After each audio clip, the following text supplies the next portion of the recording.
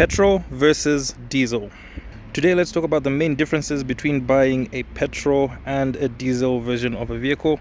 The car I have with me today is a 2019 Mercedes-Benz E220D, but the information that I'm about to give you is going to apply to other vehicles. For example, the Mazda CX-5, which is another popular vehicle that people like to ask me about, whether you should buy the diesel or the petrol version.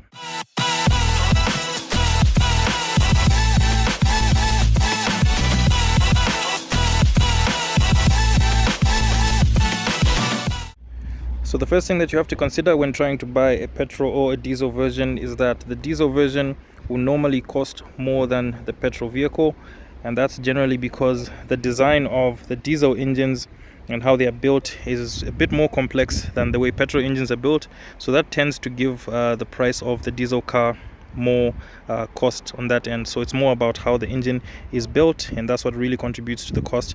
But otherwise, you get things like your exterior trims, your interior trims will be pretty much the same whether you get a diesel or a petrol version, so that doesn't really contribute to the price. But the main thing will be that the engine has a bit more of a complex system on the diesel, and that's why the price will be above a petrol version of a car. The next thing that adds to the diesel engine is that it is actually more fuel efficient than a petrol engine.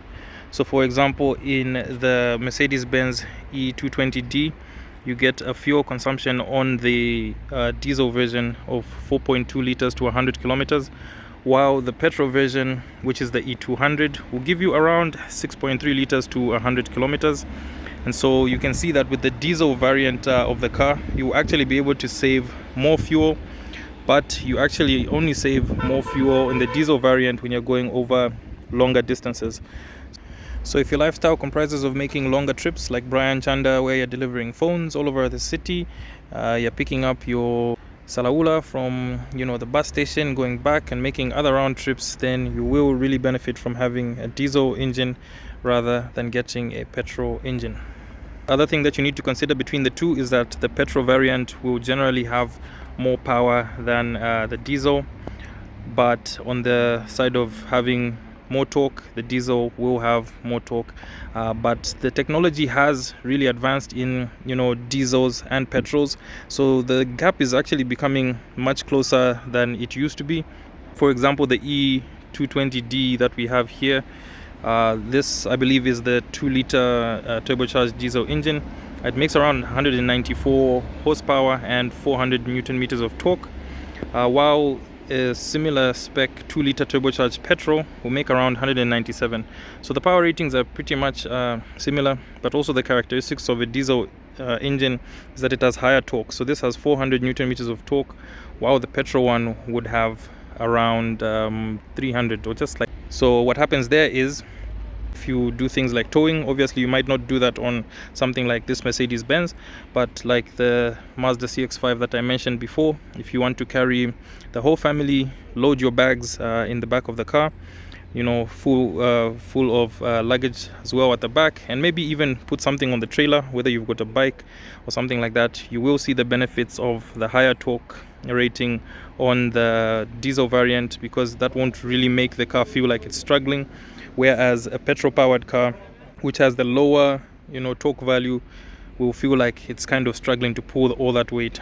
Another thing that you need to consider is that diesel engines are generally louder than petrol engines. So you will find that if you get a diesel variant of a vehicle, it won't be as quiet as the petrol engine. So if something like the quietness and the smoothness of a car matters, then you would rather go and get yourself a petrol variant of the vehicle. But at the end of the day, even in the diesel variants, like for example this E220D, it's pretty smooth, but on the loudness part, yes, you can hear that the E220D is louder than the petrol variant.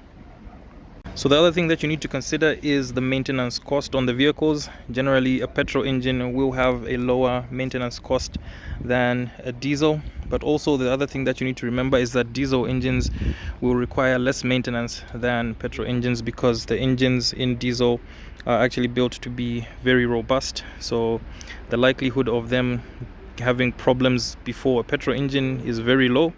But then the day that they decide to have a problem, you end up paying quite a bit more than you would on a petrol engine. So that's just something that you need to note, that with diesel engines, the maintenance is it won't happen as frequent because they don't have spark plugs, they don't have coil packs the way petrol engines do have. But at the end of the day that an injector, for example, goes out on your diesel engine, you pay quite a bit. But even after you replace that, this thing will last you for a very, very long time. I also think it's important to mention that the gap between the maintenance cost for a diesel engine and a petrol engine are also getting a bit close, because the technology that's going into building these petrol engines is also coming up quite a bit. So even in that sense, the maintenance cost can be pretty expensive for some of the petrol engines, especially in a model like this one. And generally, diesel engines, because of how tough they are built, they will outlive the petrol variant. So if you want an engine that is really strong, it will last many years to come, then you might want to go for the diesel variant. So just to sum it up, if your main focus is to have a car that is very fuel efficient and able to carry a lot of weight for extended periods of time, then you should definitely go for the diesel model. But if you're looking for something that accelerates a bit more quicker and also gives you a nice quiet drive, then you should definitely go for a petrol model. Great, so that was just a video about the differences between a petrol and a diesel variant of a car. If you've owned a petrol or a diesel version or both, you can let us know in the comment section what has been your experience. And yeah, until the next one, take care and drive safe.